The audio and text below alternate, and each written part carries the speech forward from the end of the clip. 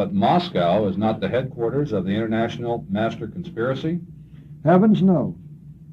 The Kremlin is theoretically in charge of the communist arm. But let us emphasize once more how subordinate this arm is to the total design. The master conspiracy had been in existence for 2 generations and was already powerful and extensive enough to bring on the simultaneous revolutions of 1848 in many countries before the communist movement was even inaugurated. So Karl Marx did not originate the conspiracy? Far from it. Marx did not even originate its communist arm. In 1847, he was a young revolutionary intellectual who was hired by one group of the conspirators to codify the plans, methods, and purposes of their activities. This he did with such ruthless logic, although with almost no originality, that his party platform for the conspiracy, known as the Communist Manifesto, gave birth to the communist movement, and incidentally brought the word communism into the European languages with its present meaning.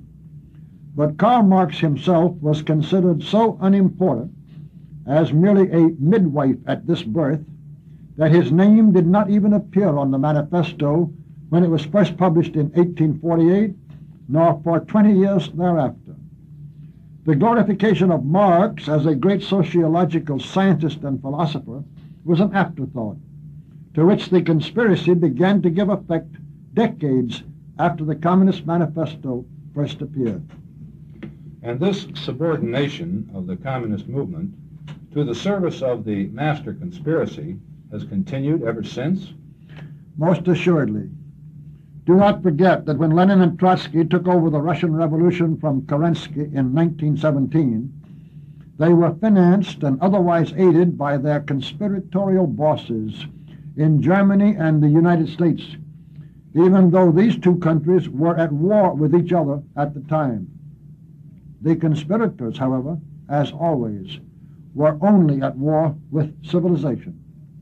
They were operating in unison for their own purposes on both sides of all lesser conflicts, as their predecessors had learned to do during the Napoleonic Wars 100 years before.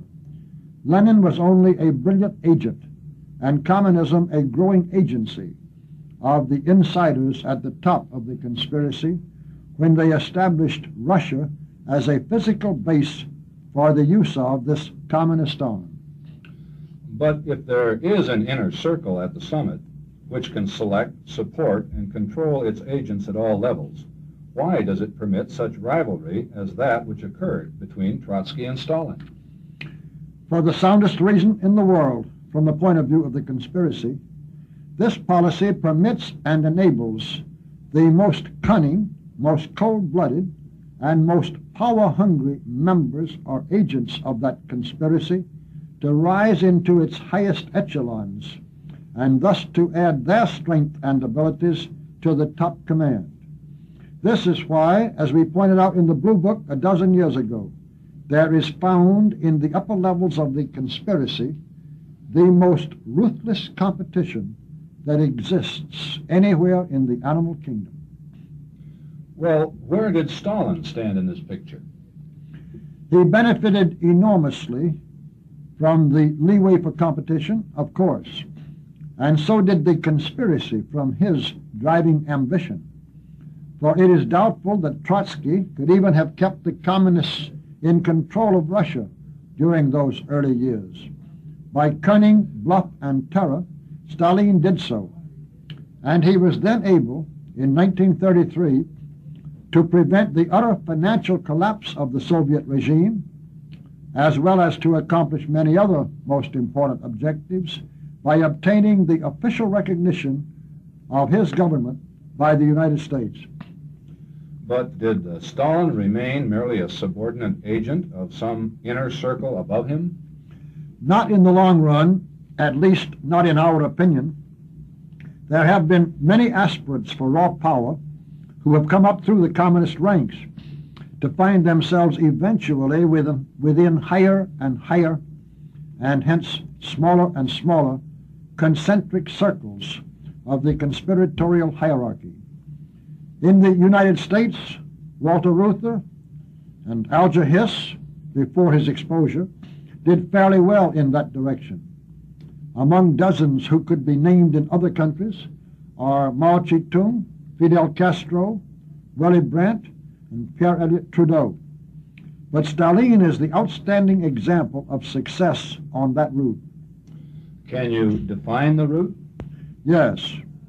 First, by purges and assassinations, Stalin made himself the supreme commander of the communist arm of the conspiracy.